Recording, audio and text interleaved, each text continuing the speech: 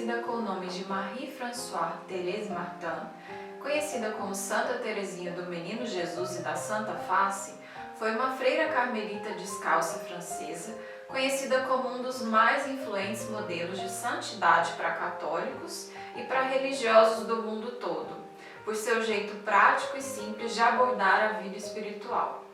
Teresa nasceu em Alençon, na França, em 2 de janeiro de 1873, filha de Marie-Azélie Guérin, uma bordadeira, e de Louis Martin, um joalheiro e relojoeiro.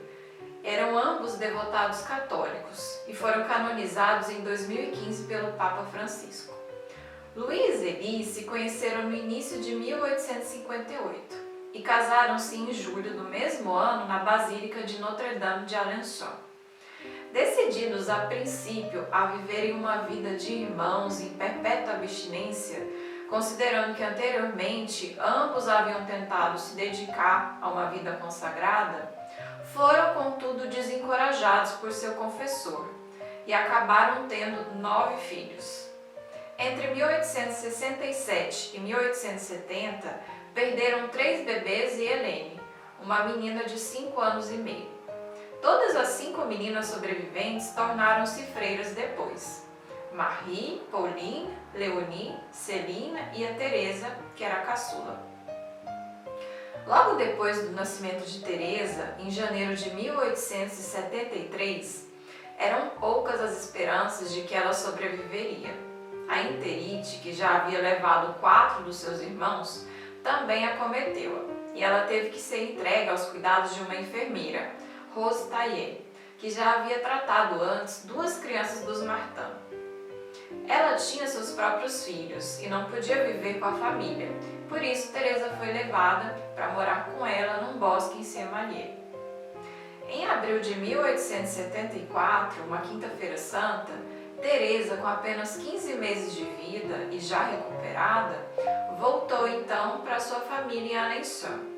Durante toda a sua infância, ela foi educada numa atmosfera profundamente católica, que incluía missas diárias às 5h30, estrita observância de jejuns e orações, que seguiam o ritmo ditado pelo ano litúrgico. Os Martin praticavam também a caridade e visitavam doentes e idosos e ocasionalmente recebendo mendigos também à mesa do jantar. Em 28 de agosto de 1877, Zélie Martin morreu de câncer de mama, com apenas 45 anos de idade. Teresa, naquela época, tinha apenas 4 anos e meio, mas a morte da mãe causou-lhe um impacto tão grande que ela afirmava depois que a primeira parte da sua vida tinha acabado naquele dia. Ela se lembrava do quarto onde Zélie recebeu a extrema unção, enquanto ela própria estava ajoelhada a seus pés e seu pai chorava.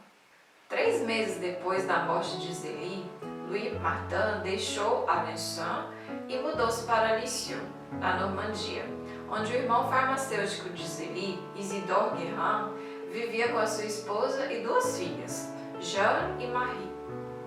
Em seguida, ele alugou uma casa de campo bastante grande e muito bela, Le Buissonnet, que ficava num grande jardim na encosta de uma colina próxima da cidade. Em Lisieux, Pauline assumiu o lugar da mãe de Teresa, que foi uma atribuição que ela levou bastante a sério, e as 2 ficaram muito próximas. Teresa também se aproximou bastante de Celine, que era quase da mesma idade. Teresa foi então educada em casa até os 8 anos e meio, quando entrou para a escola, que era mantida pelas freiras beneditinas da Abadia de Notre-Dame do Pré, em Lisieux.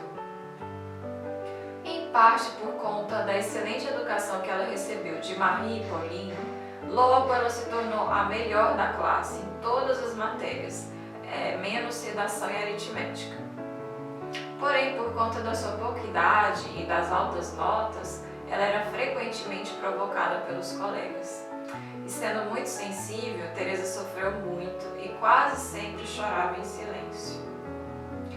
Quando ela fez 9 anos, em outubro de 1882, Pauline, que até então agia como sua segunda mãe, entrou para o Carmelo de Lisieux e Teresa ficou devastada, pois entendia que Pauline passaria então para o claustro e as duas irmãs não se veriam novamente.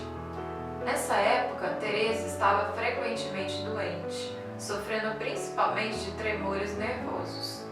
Eles começaram certa noite depois que o seu tio levou ela para uma caminhada e os dois começaram a falar de Zeli.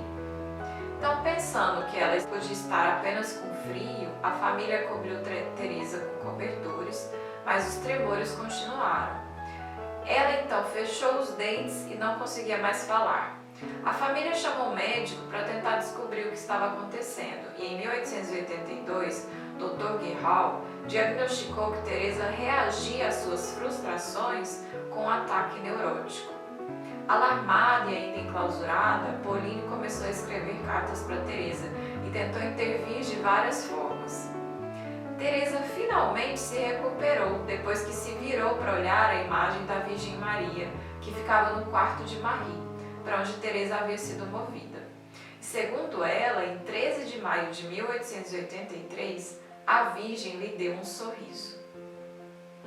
Porém, quando Teresa contou às freiras carmelitas sobre sua visão, a pedido de Marie, sentiu-se acuada por suas perguntas e perdeu a confiança recém-recuperada. A dúvida fez com que ela começasse a questionar a sua própria experiência. A preocupação de Teresa com esse incidente continuaria até novembro de 1887. Em outubro de 1886, Marie, sua irmã mais velha e mais próxima, também entrou para o Carmelo, aumentando ainda mais o tormento de Teresa. Teresa sofria também de escrúpulos, que é uma condição psicológica compartilhada por outros santos, como Afonso de Ligório e Inácio de Loyola, fundador da Companhia de Jesus. A véspera do Natal de 1886 foi um ponto de inflexão na vida de Teresa, um evento que ela chamou de conversão completa. Anos depois, ela afirmou que foi naquela noite que ela finalmente superou as pressões que vinha enfrentando desde a morte da sua mãe. Naquela noite, Louis Martin e suas filhas, Leonie, Celine e Teresa, tinham ido à missa da meia-noite na catedral em Lisieux, mas havia pouca disposição na família. Em 1º de dezembro, Leonie, que estava coberta de eczemas, retornou para Le Buissonnet depois de apenas 7 semanas experimentando o regime duro das Clarissas em Alençon, e suas irmãs tentavam ajudá-la a superar a sensação de fracasso e de humilhação que ela sentia.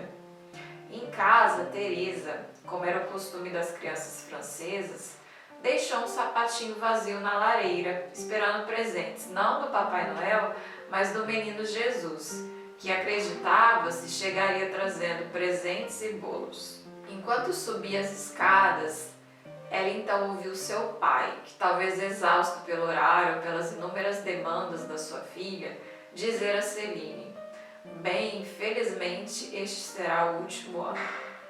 Teresa começou então a chorar e Celine recomendou que ela não descesse novamente.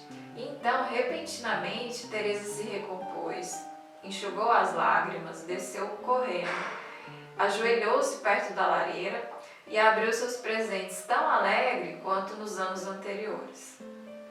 Antes dos 14 anos, já no período de calma interior, Teresa começou a ler A Imitação de Cristo, de Tomás de Kempis, ardorosamente, como se o autor tivesse escrito cada frase para ela. A partir daí, Teresa passou a ler outros livros também, principalmente sobre história e ciências. Em maio de 1887, Teresa foi conversar com seu pai, enquanto ele descansava no jardim numa tarde de domingo. Louis, que tinha então 63 anos, estava se recuperando de um pequeno derrame. Ela disse que queria celebrar o aniversário da sua conversão completa, entrando para o Carmelo antes do Natal.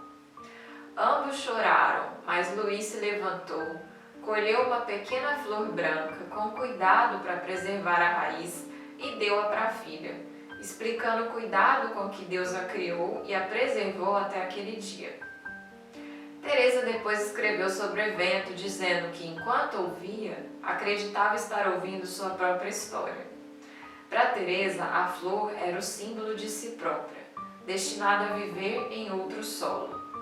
Encorajada, renovou seus esforços para ser aceita no Carmelo, mas o padre superior do mosteiro não permitia por conta da sua pouca idade. Em novembro de 1887, Louis levou Celine e Teresa numa peregrinação a Roma por conta do jubileu do Papa Leão XIII. O custo da viagem restringiu muito os que podiam realizá-la, e um quarto dos peregrinos eram nobres. Protegida pela sua juventude, ela ignorava os eventos políticos da época e as suas motivações.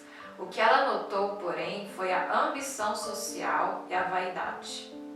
As paradas sucediam-se incessantemente, Milão, Veneza, Loreto, até a chegada final em Roma. E em 20 de novembro de 1887, durante uma audiência geral com o Papa Leão XIII, Teresa, na sua vez, aproximou-se dele, ajoelhou-se e pediu permissão para entrar no Carmelo, aos 15 anos. A resposta do Papa foi: "Pois bem, minha filha, faça o que os superiores decidirem.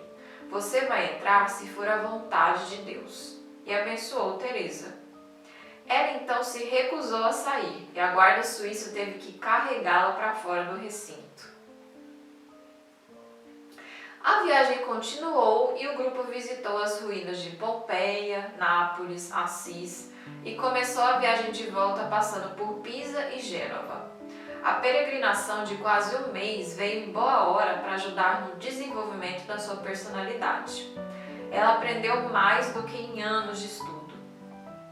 Teresa já havia compreendido que teria que rezar e dedicar sua vida a pecadores como Pranzini. Mas o Carmelo dedicava suas orações especialmente para os padres, o que a surpreendeu, pois suas almas pareciam para ela ser tão puras quanto cristal.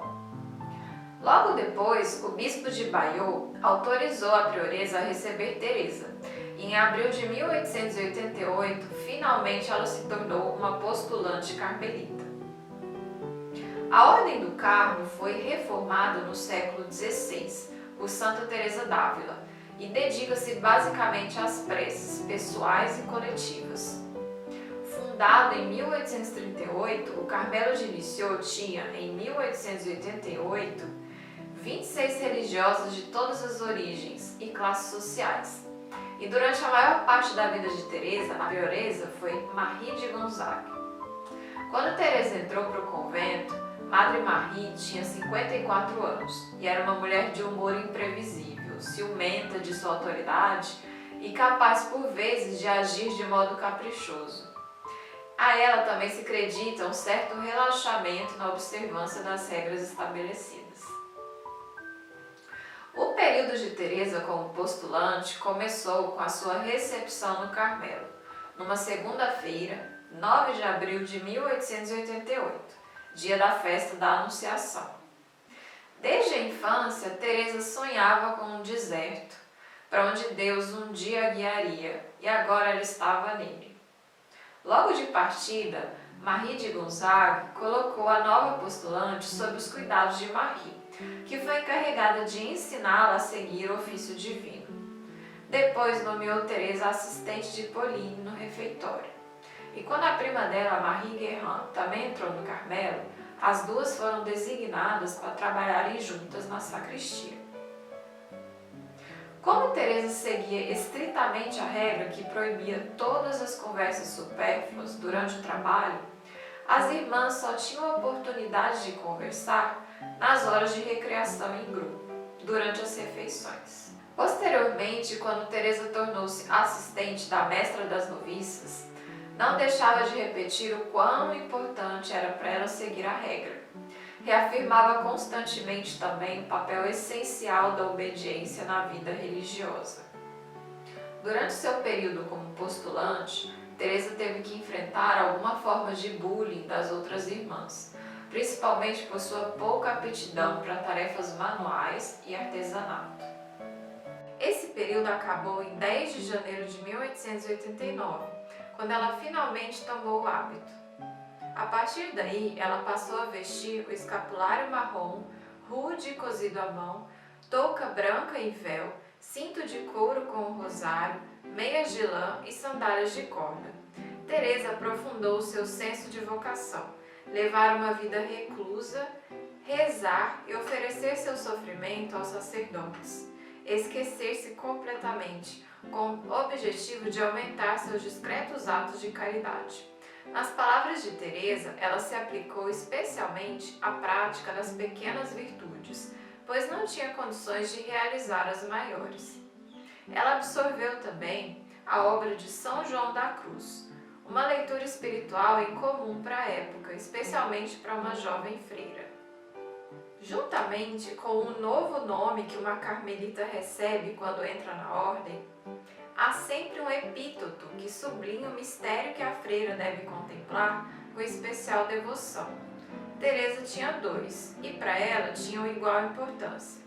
O primeiro, do Menino Jesus, foi prometido a ela aos 9 anos de idade por Madre Marie de Gonzague, e ela o recebeu assim que entrou para o convento. Por si só, a veneração do Menino Jesus era uma tradição carmelita que remontava ao século XVII. Concentrava-se principalmente na impressionante humilhação da majestade divina ao assumir uma forma extremamente fraca e impotente. Porém, quando Teresa adotou o hábito, pediu à Madre Marie que conferisse a ela um segundo epíteto, o da Santa Face. Geralmente, o noviciado que precedia a profissão de fé durava 1 ano, e Teresa esperava fazer seus votos em janeiro de 1890, mas ela foi novamente considerada jovem demais para tal compromisso, e os seus votos foram adiados por mais 8 meses. Foi apenas em 8 de setembro de 1890, com 17 anos e meio, que ela finalmente fez sua profissão de fé. Sua vida espiritual passou a cada vez mais se pautar pelos evangelhos, que carregava sempre consigo. Em fevereiro de 1893, Pauline foi eleita prioresa do Carmelo e tornou-se Madre Agnès. A prioresa anterior foi nomeada mestra das noviças e Teresa sua assistente.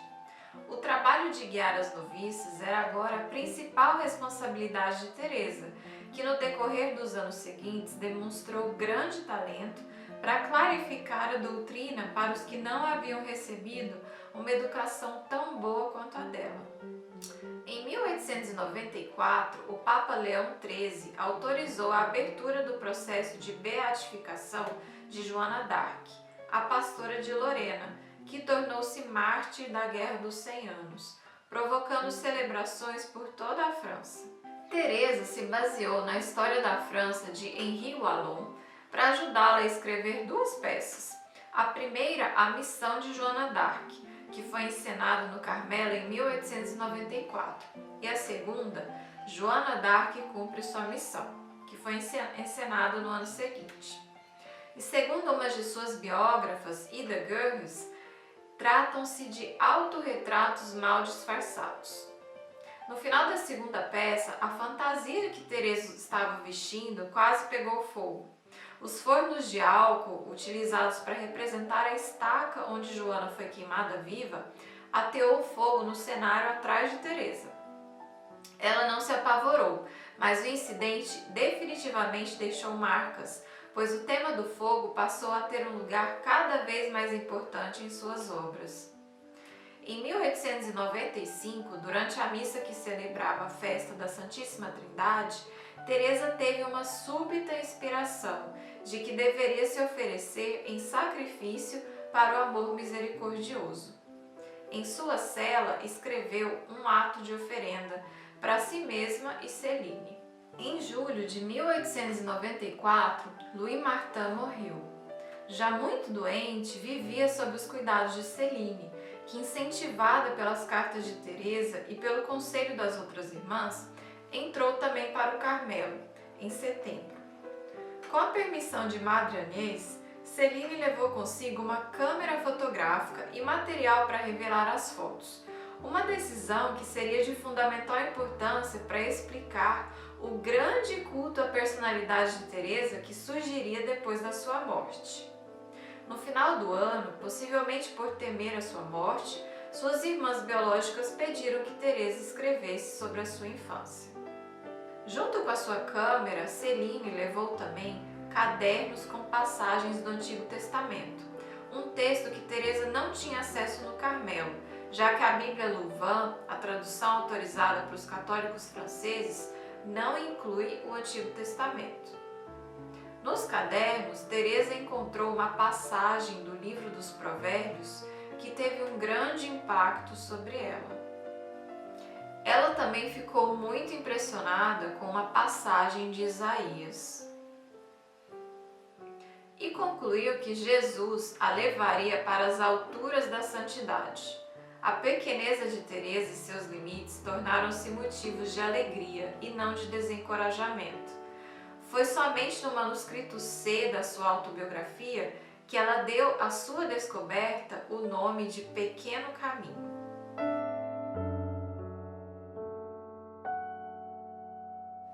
Em sua busca pela santidade, Teresa acreditava que não era necessário realizar atos heróicos e nem grandes feitos para atingir a santidade e nem para expressar o amor de Deus. Este pequeno caminho de Teresa é o fundamento da sua espiritualidade. Os anos finais de Teresa foram marcados por um rápido declínio de sua saúde, que ela aguentou resolutamente e sem jamais reclamar. A tuberculose foi o principal elemento do seu sofrimento, mas ela via a doença como parte de sua jornada espiritual. Por causa da tuberculose, Teresa sofreu terrivelmente.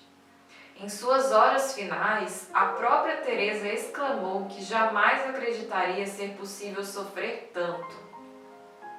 Em julho de 1897, ela se mudou pela última vez para a enfermaria do mosteiro e em 19 de agosto comungou pela última vez. Santa Teresinha morreu em 30 de setembro de 1897, com apenas 24 anos de idade. Ela foi enterrada em 4 de outubro no Espaço das Carmelitas, no cemitério municipal de Lisieux, junto com Zélie e Louis Martin, seus pais. Em seu leito de morte, suas últimas palavras foram: "Meu Deus, eu te amo". Santa Teresa é ainda hoje muito popular por causa das suas memórias espirituais, descritas no livro A História de uma Alma, que seria este livro. Ela começou a escrevê-la em 1895, como um livro de memórias de sua infância, instada principalmente por sua irmã Pauline, conhecida como Madre Agnès de Jesus. Quando Teresa estava em seu retiro, em setembro de 1896, escreveu uma carta para Marie, que atualmente é parte da edição de A História de uma Alma.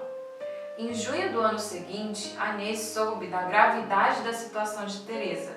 Imediatamente pediu que Madre Marie de Gonzague permitisse que Teresa escrevesse outro livro de memórias, focado dessa vez nos detalhes da sua vida religiosa. Incluindo uma seleção das cartas de Teresa, poemas e lembranças dela, relatadas por outras freiras, a obra foi publicada póstumamente.